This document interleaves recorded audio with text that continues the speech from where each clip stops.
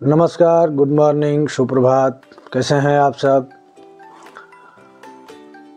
Mahatma Buddha digital library में आप सबका स्वागत है। कक्षा 8 के इतिहास के पार्ट 2 में हम लोग पाठ 1 का अध्ययन कर रहे हैं। यूरोपीय शक्तियों का भारत में आगमन। इसके पहले हम बताए थे आप सबको कि भारतवर्ष में जब तुर्कों ने कुतुस्तुनिया पर आक्रमण करके उसको अपने अधीन कर लिया तो यूरोपीय लोगों का भारतवर्ष से व्यापार टूट गया। और जब भारतवर्ष से उसका व्यापार टूट गया तो वे लोग समुद्री मार्ग से भारत तक पहुंचने का प्रयास करने लगे। और इसी क्रम में वे लोग भारत की खोज में निकले थे। स्पेन का नागरिक कोलंबस भारत की खोज में जब निकला तो भारत न पहुंच करके वो अमेरिका पहुंच गया। ये बात हम लोग कल पढ़े थे। 1498 ईस्वी में वास्को डी गामा जो पुर्तगाल का नागरिक था वो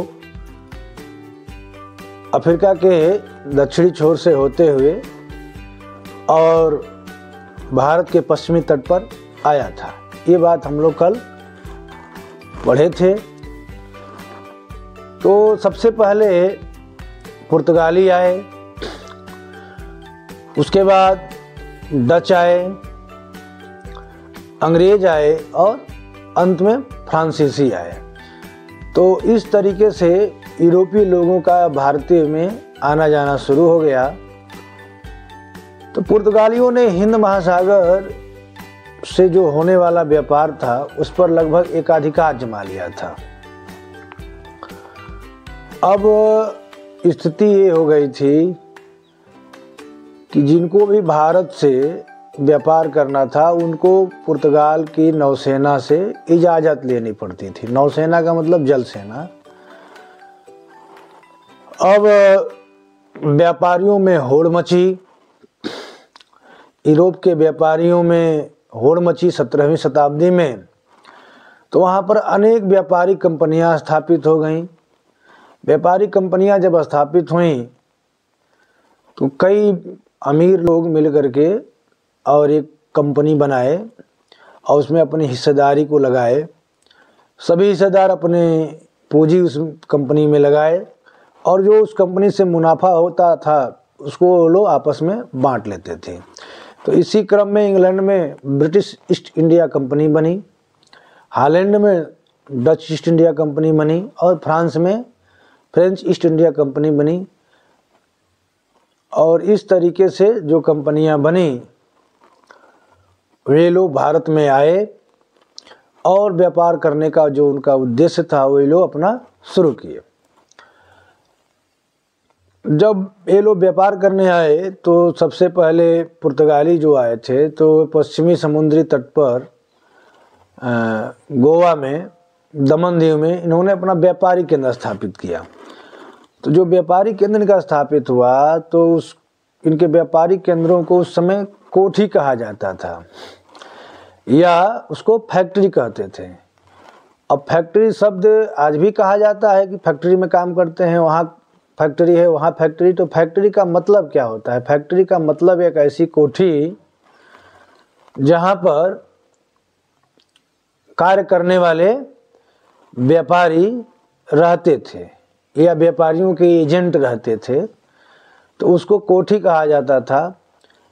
और यूरोपीय लोग अपने कोठियों, अपने बस्तियों की रक्षा के लिए सैनिक भी रखना शुरू कर दिए थे और वे लोग सशस्त्र सैनिक तैनात करते थे। जैसे आजकल चौकीदार रखा जाता है उसी तरीके से। वास्को डी गामा जब भारत पहुंचा तो उसी के पीछे पीछे एक एक करके हॉलैंड, इंग्लैंड और फ्रांस के व्यापारी भी धीरे धीरे भारत आने लगे। अब भारत की स्थिति उस समय ये थी कि भारत की नौसेना मजबूत नहीं थी। क्यों नहीं मजबूत थी? उस समय हिंदुस्तान के किसी भी शासक ने नौसेना को मजबूत करने की बात सोची ही नहीं थी। तो यहाँ एक कहावतें थी कि समुद्र में, क्षीर सागर में भगवान विष्णु जी का निवास होता है, और बहुत दिनों तक यहाँ यह मान्यता रही, इसीलिए कोई भी हिंदू, सनातनी हिंदू समुद्र की यात्रा करने से परहेज करता था, या उसको लगता था कि अगर हम क्षीर सागर में या समुद्र में यात्रा करेंगे तो हमारा धर्म नष्ट हो जाएगा। यही कारण रहा कि यहाँ पर नौसेना बहुत ही कमज़ोर स्थिति में रही। हॉलैंड निवासी जो थे, उनको हम डच कहते हैं, वे लोग आए और कालीकट, कोचिन, नागापट्टनम और चिंसुरा में व्यापारिक केंद्र खोले। फ्रांसीसियों ने मछलीपट्टनम, पांडिचेरी, चंद्रनगर, माही स्थानों में अपने व्यापार के मुख्य केंद्र बनाए।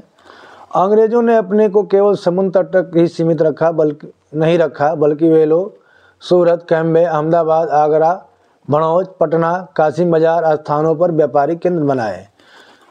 तो भारत में इस तरीके से सभी देशों के व्यापारी आ गए और वे लोग पुर्तगालियों के हाथों से व्यापार को छीनने में प्रयासरत थे।